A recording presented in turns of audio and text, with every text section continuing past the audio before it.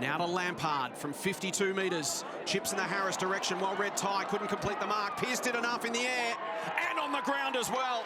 It's a goal apiece.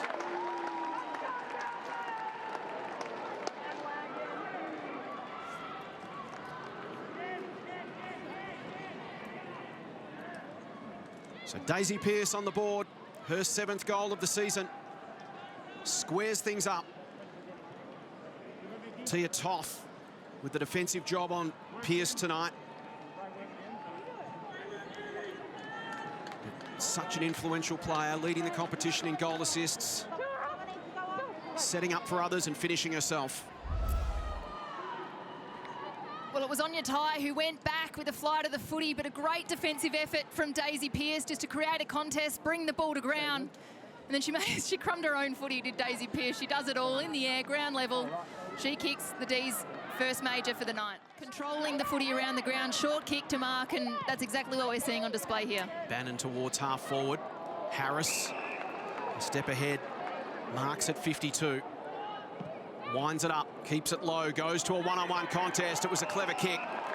She spotted Pearce versus Toth, and as we heard Daisy say at quarter time, get it in quick. And it works, didn't it? Daisy, she's one of the greatest football minds in the industry, and she just had the height outnumber as well on Toth. She's probably got a good 5-6 centimetres on Toth and read the flight of the footy really well, and a quality mark. Chance to kick her 2nd goal of the evening. And does. The D's lead it by 3 goals.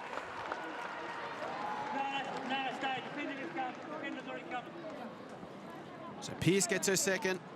Harris and Hall, the other 2 for Melbourne.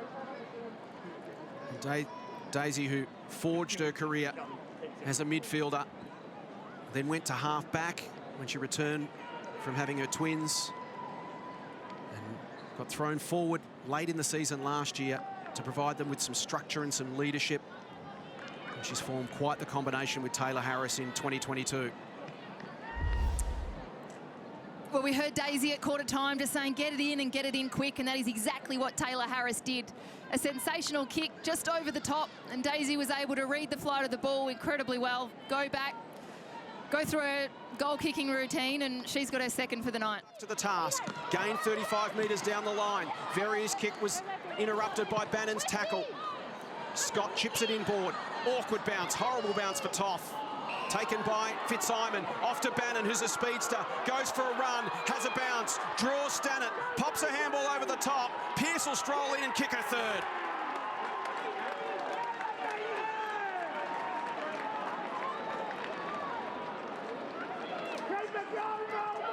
Three goals to Daisy Pearce, 9 for the season. And the D's out to a 40-point lead. And given top spot and a home grand final could potentially come down to percentage between Adelaide and Melbourne, the D's will be pinning their ears back and going for home. And conversely, Freo, they've got to find a way to stop them.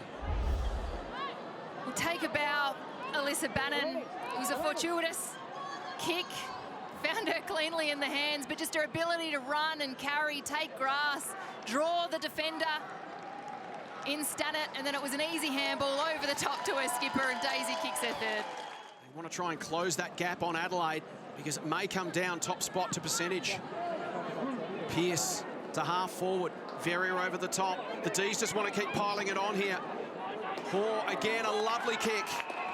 Just waits it perfectly to Pearce to run onto. She thought about giving it off to Bannon. She'll go back to kick for her 4th goal. She's too unselfish, isn't she, Daisy Pearce? Sensational leader.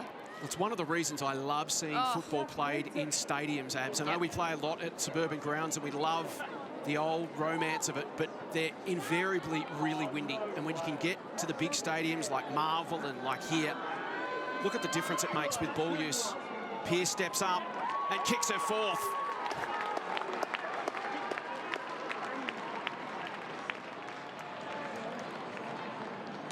Melbourne putting on a ball use clinic right now. Just the weighting of their kicks, they're just delivering it so softly and gently for the leading target to move into rather than just blasting at them hard. It's been fantastic to watch. It's been a Great display of skill and precision from the Ds in this third term. Sorry, like I said, the other way. So this part one of our Saturday night doubleheader with West Coast and the Bulldogs from 9:30 Eastern coming your way after this game as Daisy Pearce kicks her fourth. So impressive, isn't she, Daisy Pearce? Sarah Wilstra comes to half-back. Heath does well against Hyde, off to Paxman, who's kicked a couple in this third term. This time she turns provider for Pearce. And Daisy can go back and kick for goal number 5. Wow, Daisy Pearce. What an unbelievable player, what an unbelievable leader, and an unbelievable person.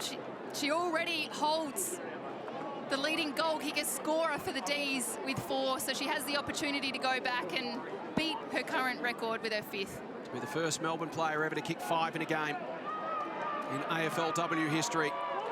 Pearce steps up and she's got a handful. 5 goals to Daisy Pearce. She's kicked 3 in this third term. And Melbourne have kicked 7 goals, 1. In one of the most impressive quarters of football you'll ever see in AFLW.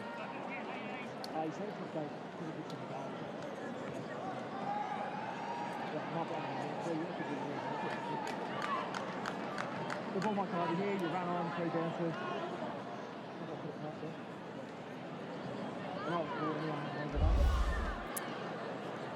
Well, Daisy Pearce goes back and slots her 5th. It was a great kick in just to the danger zone by Karen Paxman.